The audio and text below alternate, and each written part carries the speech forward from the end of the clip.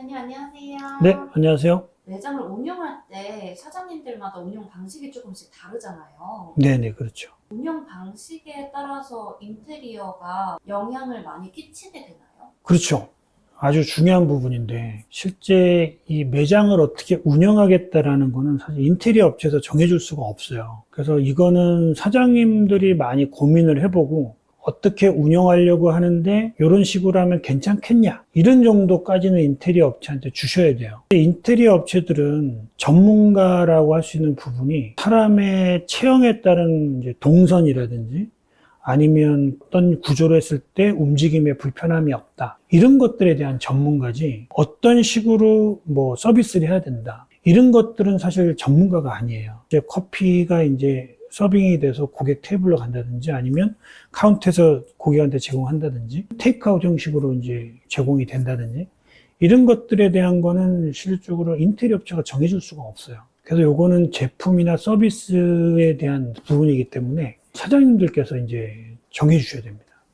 그래서 요거에 따라서 모든 게 바뀌어요. 예를 들어 보면 테이크아웃 매장이다 그러면 가능한 서빙되는 이 동선이 매장 출입구하고 가까운 쪽에다가 이제 서빙이 돼야 되고요. 우리가 커피를 만들어서 고객이 받아가는 쪽이 매장 출입구 쪽하고 가까워야 되고요. 물론 제일 좋은 거는 길가 쪽으로 오히려 서빙이 된다 이러면 가장 좋겠죠. 그리고 만약에 그렇게 됐을 때는 메뉴판은 서빙되는 윗부분이라든지 출입구 쪽에 메뉴판이 이제 진열되는 게 좋고요. 그럴 때는 메뉴판도 가능하면 작고 메뉴도 적은 게 좋습니다. 그래서 구조들이 많이 달라져요.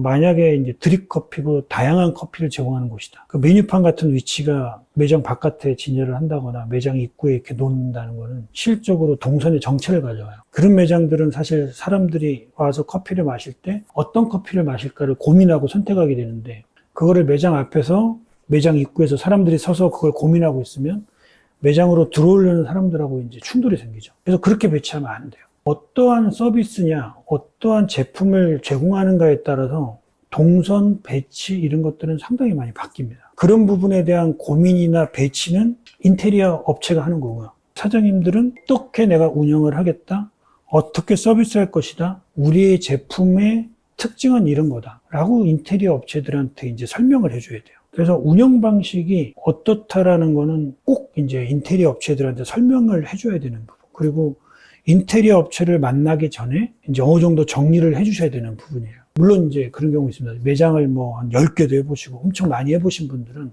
인테리어 업체보다 뛰어날 수 있어요. 인테리어 업체가 사실 뭐 카페를 뭐 어떤 매장을 그런 유형의 매장을 뭐 10개, 20개 안 해본 업체들도 있기 때문에 실제 본인이 매장을 많이 해보신 분들은 직접 동선을 잡으시는 것도 괜찮아요. 근데 내가 그렇지 않다. 나는 이런 매장을 어떻게 운영하려는 계획은 있지만 이런 동선 같은 것들을 내가 직접 잡기에는 사실 더 이제 초보일 수 있어요. 인테리어 업체보다. 대부분의 경우는 그렇습니다. 아주 많이 창업을 해보신 분들은 많지 않기 때문에 보통 이제 내가 어떻게 운영을 할 거고 어떤 제품을 어떻게 서비스할 거다라는 정보를 주시고 내가 동선은 여기로 해서 카운터 여기다 놓을 테니까 여기에 뭘 놔주시고 여기에 뭘 놔주시고 여기에 뭘 설치해 주세요. 이렇게 말씀하시는 거는 사실 좀 의미가 없어요. 왜냐하면 인테리어 업체 입장에서는 내가 전문적인 지식이 있어도 이 고객한테 오더를 받아야 되는 입장에서는 고객이 하자는 대로 얘기를 해서 그냥 무난하게 진행이 돼서 오더까지 이어졌으면 하는 마음이 있거든요. 그러면 본인이 전문적인 지식이 있더라도 그 얘기를 안 하게 돼요. 동선 이렇게 하시면 불편하실 텐데요. 카운터를 이렇게 만드시면 뭐가 좀 이런 부분이 안 좋으실 텐데요. 이런 얘기를 하면 오히려 상대 기분만 좀 거스르고 그런 거에 대한 좀 반발을 좀 살 수 있다고 생각하기 때문에 업체들이 그냥 조용히 그냥 받아줬고 그대로 이제 하는 경우들이 있어요. 그러면 그 사장님도 더 좋은 방안이 있는데 모르고 이제 넘어가는 거죠. 그래서 실질적으로 처음 미팅 때는 내가 어떻게 서비스할 거다. 어떤 제품을 어떤 식으로 제공할 거다.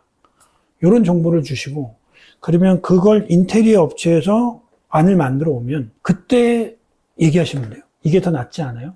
그럼 업체 입장에서도 그게 더 나으면 그걸 받아들입니다. 오히려 얘기를 해줘서 수정하는 게 본인 의견 플러스 인테리어 업체의 전문적인 의견 플러스해서 더 좋은 안을 찾을 수가 있어요. 운영 방식은 아주 중요하고 요건 인테리어 하기 전에 무조건 정해서 인테리어 업체와 미팅을 하셔야 돼요. 주방에 몇 명이서 일하고 카운터에는 몇 명이 배치될 거고 뭐 이런 것들에 대한 정보 그런 것들을 많이 고민을 해보시고 무턱대고 모든 걸 다 정해서 이렇게 인테리어를 해주세요 하는 거는 인테리어 업체의 전문성을 죽이는 거고 돈을 쓰시면서 효율적으로 못 쓰시는 거라 볼 수 있어요. 라이프앤업체에서 무인 매장 인테리어를 많이 했잖아요. 네. 홀서빙이 진행되는 매장과 무인 매장의 인테리어 차이점이 있다면 가장 큰 차이점이 뭘까요? 일단은 홀서빙이 되는 이제 매장들은 제일 중요한 포인트를 그렇게 잡습니다. 들어올 때 사람을 만나게 해요. 입구에서 들어올 때 손님들이 사장님하고 얼굴을 마주치게 인테리어를 합니다. 이게 왜 중요하냐면 결국에는 이제 매장들의 정체성이라고 할 수 있는 것들이 실제 그 사장님들의 정체성이 하나예요. 그러니까 사람이 들어올 때 사람이 맞아주는 게 가장 좋은 서비스입니다. 무인 매장 같은 경우는 맞아주는 사람이 없기 때문에 보통은 상품을 부각을 많이 해요. 그래서 무인 매장 같은 경우는 어떤 상품을 판다라는 거를 정확하게 딱 들어오자마자 알 수 있게 그렇게 배치를 많이 하는 편입니다. 그리고 동선을 상품을 보고 고르고 결제하고 나가는 동선이 일원화되도록 일자로 쭉 이어지도록 배치를 많이 해요. 근데 이제 홀 서빙을 하는 경우에는 결국 사람을 만나서 뭐 인사를 하든 안내를 받든 요걸 거치고 나서 그 서비스를 즐기는 공간으로 이동할 수 있도록 그렇게 구성을 합니다. 그래서 이제 요거는 근데 뭐 저희만 그러는 게 아니고 인테리어 업체 대부분이 거의 룰로 삼고 있는 거예요. 그래서 이런 식으로 보통 배치를 합니다.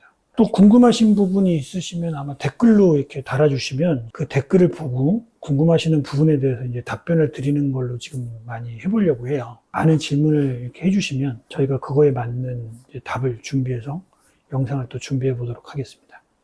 네, 삶을 디자인하다 라이프앤웍스였습니다. 감사합니다.